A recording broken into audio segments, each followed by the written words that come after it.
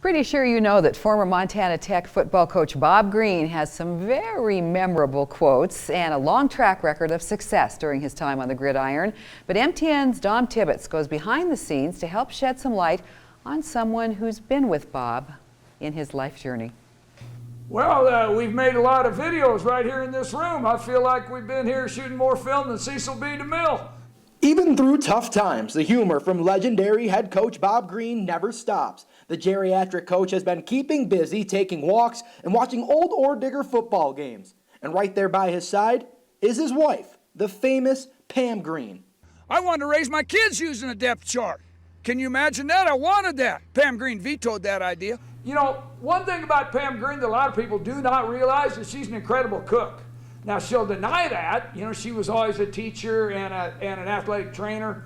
Like Bob mentioned, a lot of people probably didn't know Pam was one of the first athletic trainers Butte High ever had. But I got really interested in it, and our athletic trainer at the time was a young girl who was out. And I would hang out with her all the time, and we would talk about stuff, and finally she just said, "Why don't you become an athletic trainer?" And I think I said to her, "I have 3 kids."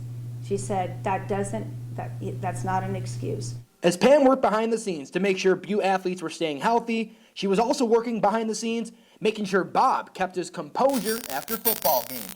Pam Green's always been a great fan. She's a great one for maintaining an even keel. I never was. You know, I was never a real good even keel guy. But don't think for a second Bob is the only one who can crack jokes and impressions. Pam Green has quite an arsenal of comedy herself.